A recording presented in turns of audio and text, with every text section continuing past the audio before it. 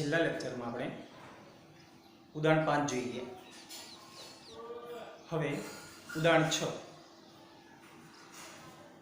રકમ લખેલી છે અહીંયા મેં.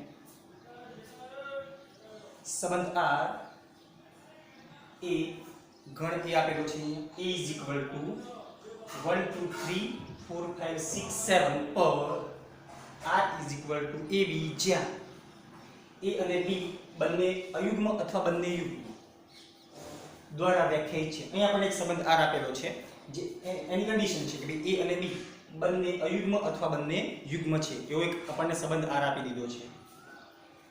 સાબિત કરો કે આ જે R છે એ સામ્ય સંબંધ છે.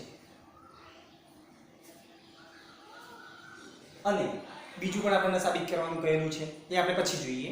સૌથી પહેલા આપણે સાબિત કરીશું અહીંયા કે R એ સામ્ય સંબંધ છે કે નહીં.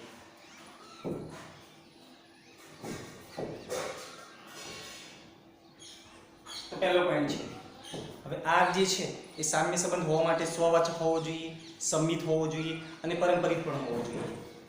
તો પહેલો પોઈન્ટ છે સ્વવાચક.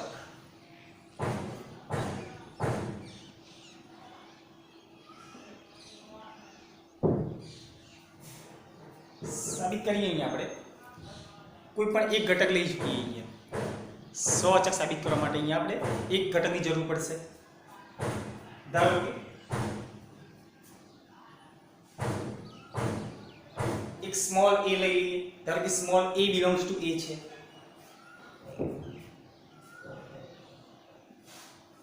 ગણ a ની અંદર અહીંયા આપણે એક ઘટક સ્મોલ a ધારેલો છે. આ જે સ્મોલ a છે એના માટે અહીં આપણે લખી શકીએ કે ભાઈ a અને a બંને અયુગ્મ હોઈ શકે અથવા તો બંને યુગ્મ હોઈ શકે. બે જ ઓપ્શન હોય. તો therefore a અને a બંને અયુગ્મ હોય અથવા તો બંને યુગ્મ હોય.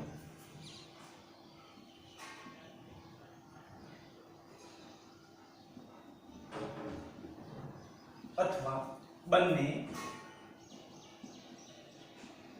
યુગ્મ હોય. સ્વાભાવિક વાત છે. a અને a એક જ ઘટક છે તો કાં તો બંને કાં તો જે બંને એ જે જોડ છે યુગ્મ બનતી હશે કાં તો અયુગ્મ બનતી હશે. therefore a belongs to R. માટે આ પ્રકારની જે જોડ છે એ R ની અંદર હશે જ. તેથી R એ સ્વવાચક સંબંધ છે.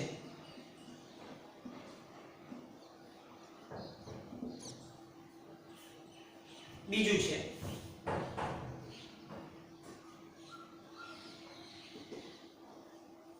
સંમિત. સંમિત છે કે નહીં એ અહીં આપણે ચેક કરીએ. ધારો કે હવે સંમિત સંબંધ સાબિત કરવા માટે અહીં આપણે બે ઘટકની જરૂર પડશે. ધારો કે સ્મોલ a અને સ્મોલ b આપણે લઈ લઈએ. ધારો કે AB belongs to A છે. ધારો કે A અને B બંને ઘટકો અહીં આપણે ધારેલા છે. ધારો કે AB belongs to ગણ A છે.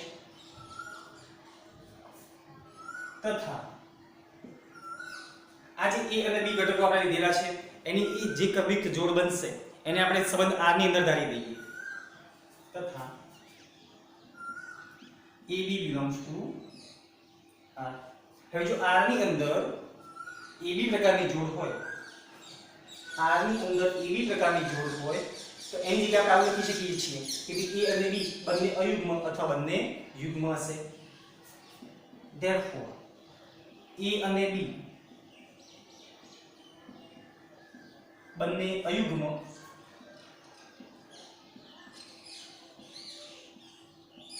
અથવા બંને યુગ્મ છે. આને આપણે ઊંધું પણ લખી શકીએ, ઉલટું પણ લખી શકીએ. b ને પ્રથમ લખીએ અને a ને પાછળ લખીએ, કશો ફરક પડશે નહીં. therefore b અને a બંને અયુગ્મ અથવા બંને યુગ્મ છે. અહીંયા આપણે b અને a ની જોડ લીધી છે. જો અહીંયા b અને a ઊંધું કરવામાં આવે તો અહીંયા જોડ જે છે ક્રમિક જોડ એ પણ ab ની જગ્યાએ ba બની જશે. તો therefore ba belongs to r.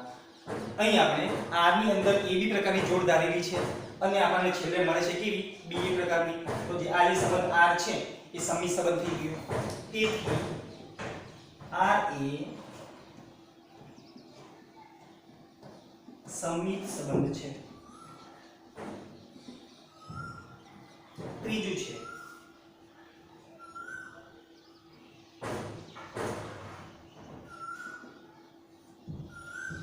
પારંપરિક. તો પારંપરિક સંબંધ સાબિત કરવા માટે અહીં આપણે ત્રણ ઘટકોની જરૂર પડશે. તો આપણે સ્મોલ a, સ્મોલ b અને સ્મોલ c ધારી દઈએ. ધારો કે અહીંયા આપણે બે જ ઘટકો ધારેલા હતા a અને b. પારંપરિક માટે અહીંયા આપણે ત્રણ ઘટકો ધારીશું.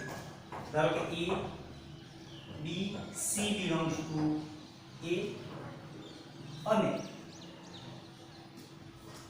ધારો કે r ની અંદર આપણે બે જોડ ધારીએ. ધારો કે ab એ પણ r માં છે અને bc પણ r માં છે. જો ac પણ r માં આવી જાય તો પારંપરિક સંબંધ સાબિત થઈ જાય. તો તથા ab belongs to r અને bc belongs to r બંને આપણે ધારેલા છે. હવે જો ab belongs to r હોય, ab belongs to r હોય તો એની જગ્યાએ આપણે આવું લખી શકીએ a અને b બંને અયુગ્મ અથવા બંને યુગ્મ છે. તેથી a અને b બંને અયુગ્મ અથવા બંને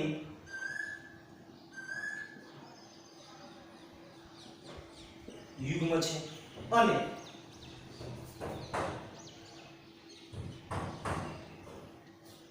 BC belongs to R માટે B અને C બંને અયુગ્મ હોય અથવા તો બંને યુગ્મ હોય. અને B અને C બંને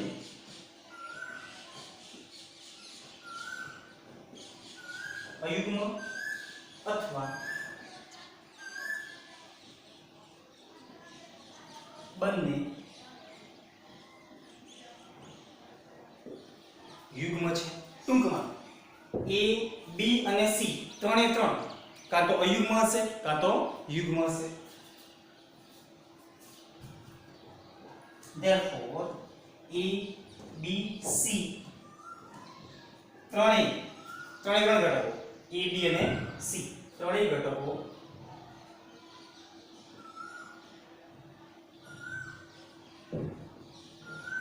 અયુગ્મ છે અથવા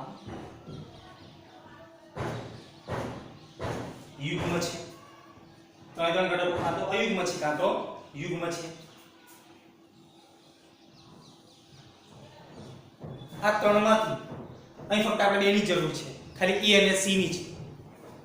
અહીં આપણે આવું ધારેલું છે કે AB belongs to R છે, BC belongs to R છે, તો AC belongs to R હોવું જોઈએ. અહીં આપણે ફક્ત બે જ ઘટકો A અને C ની જરૂર છે.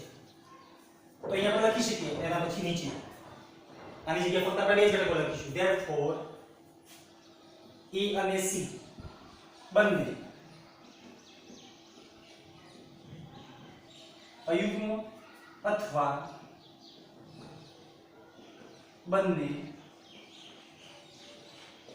યુગ્મ છે. Therefore ક્રમિક જોડ તરીકે આપણે લખવું હોય તો અહીંયા AC લખાય. તો therefore AC belongs to અહીં આપણે જોઈએ કે ભઈ R ની અંદર AB જોડ છે, R ની અંદર BC જોડ છે, તો R ની અંદર AC જોડ પણ મળે છે અહીંયા ક્રમિક જોડ. તો ટૂંકમાં આ જે સંબંધ R છે એ પારંપરિક સંબંધ કહેવાય. તેથી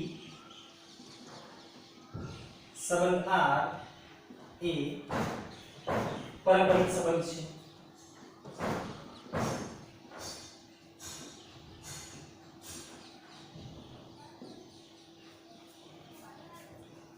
અહીંયા જે સ્વવાચક સંબંધ છે એને આપણે સમીકરણ નંબર 1 આપીએ. સંમિત સંબંધ સાબિત કરેલું છે એને આપણે સમીકરણ નંબર 2 આપીએ. અને પારસ્પરિક સંબંધ છે એને આપણે સમીકરણ નંબર 3 આપીએ. સમીકરણ 1, 2 અને 3 માં તમે ચેક કરો કે આ જે સંબંધ R છે એ સ્વવાચક છે, સંમિત છે અને પારસ્પરિક પણ છે. તો સમીકરણ 1, 2 અને 3 પરથી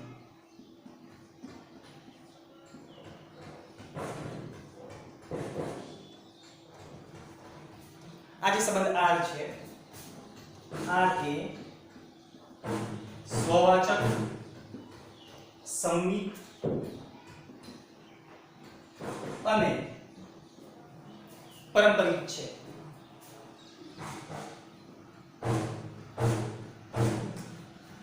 therefore R એ સામ્ય સંબંધ બની જશે.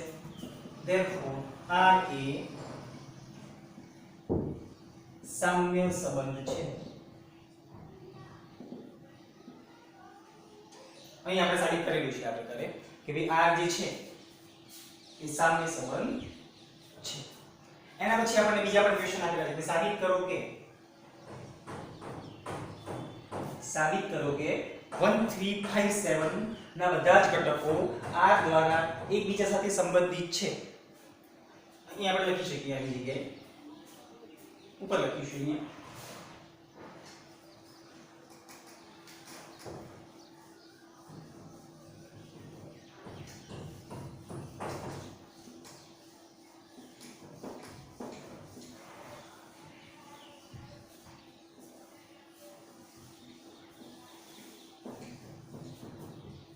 આ જે ક્વેશ્ચન છે આપણે લેવો છે. અહીં આપણને ગણ આપેલું છે સેટ ઓફ 1 3 5 7 આ ગણના બધા જ ઘટકો. તો ગણ 1 3 5 7 આ ગણની અંદર તમે ચેક કરી શકો છો જેટલા પણ ઘટકો છે એ બધા જ ઘટકો કેવા છે, કેવા અંકો છે, આ અયુગ્મ અંકો છે. તો ગણ 1 3 5 7 ના બધા જ ઘટકો અયુગ્મ અંકો છે.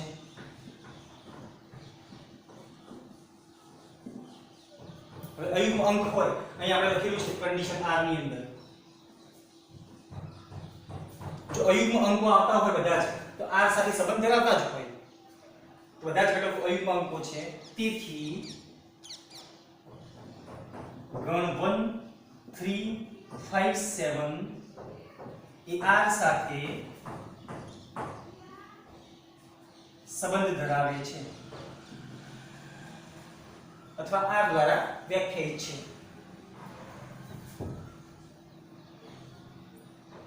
R દ્વારા વ્યાખ્યાયિત છે. એના પછી બીજો અહીં આપણે ગણ આપેલો છે 2 4 6 તો ગણ 2 4 6 માટે અહીંયા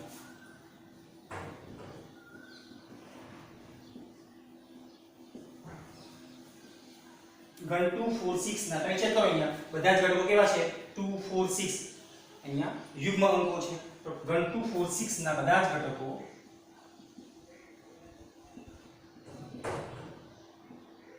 યુગ્મ અંકો છે. હવે જો યુગ્મ અંક હોય તો એ R સાથે સંબંધ ધરાવતા જ હોય. તો તેથી ગણ 2 4 6 એ R દ્વારા વ્યાખ્યાયિત છે. અને ત્રીજો ક્વેશ્ચન છે કે 1 3 5 7 એનો કોઈ પણ ઘટક 2 4 6 ના કોઈ પણ ઘટક સાથે R દ્વારા વ્યાખ્યાયિત નથી. તો અહીંયા આપણે એક જ લીટીમાં લખીશું કે 1 3 5 7 નો કોઈ પણ ઘટક 2 4 6 ના કોઈ પણ ઘટક સાથે એકી સાથે બંને ગણ માટે એકી સાથે યુગ્મ કે અયુગ્મ સંખ્યા નથી અથવા સંકળાતો નથી. તો ગણ 1 3 5 7 નો પ્રત્યેક ઘટક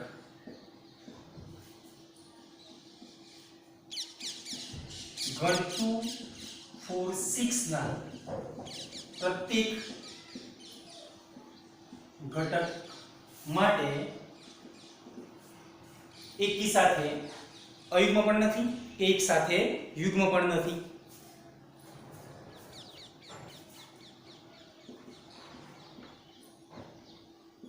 એકી સાથે અયુગ્મ નથી અને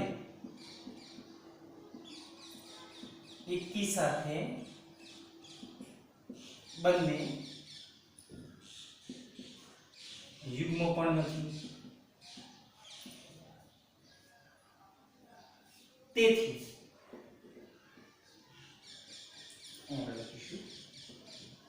તેથી 1357 એ 246 સાથે r દ્વારા વ્યાખ્યાયિત કહેવાય નહીં. સાથે r દ્વારા વ્યાખ્યાયિત નથી. આ પ્રકારે અહીં આપણે સાબિત કરેલું છે.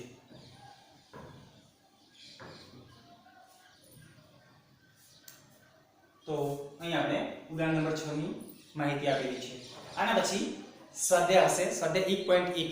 એમાં જે એક્ઝામ્પલ નંબર 1 છે, દાખલા નંબર 1 છે, એના જે ટોટલ જે એક્ઝામ્પલ્સ છે જેમાં આપણે સાબિત કરવું છે કે સંબંધો કેવા છે, સ્વવાચક છે કે નહીં, સંમિત છે કે નહીં, પરંપરિત છે કે નહીં, સામ્ય સંબંધ છે કે નહીં, એ આપણે ઉદાહરણમાં જોઈ ગયા છીએ. એ પ્રમાણે તમે એને ઘરેથી ટ્રાય કરી શકો છો. એના પછી આપણે એક્ઝામ્પલ નંબર 2 લઈશું. હવે સ્ટાર્ટ કરીએ આપણે.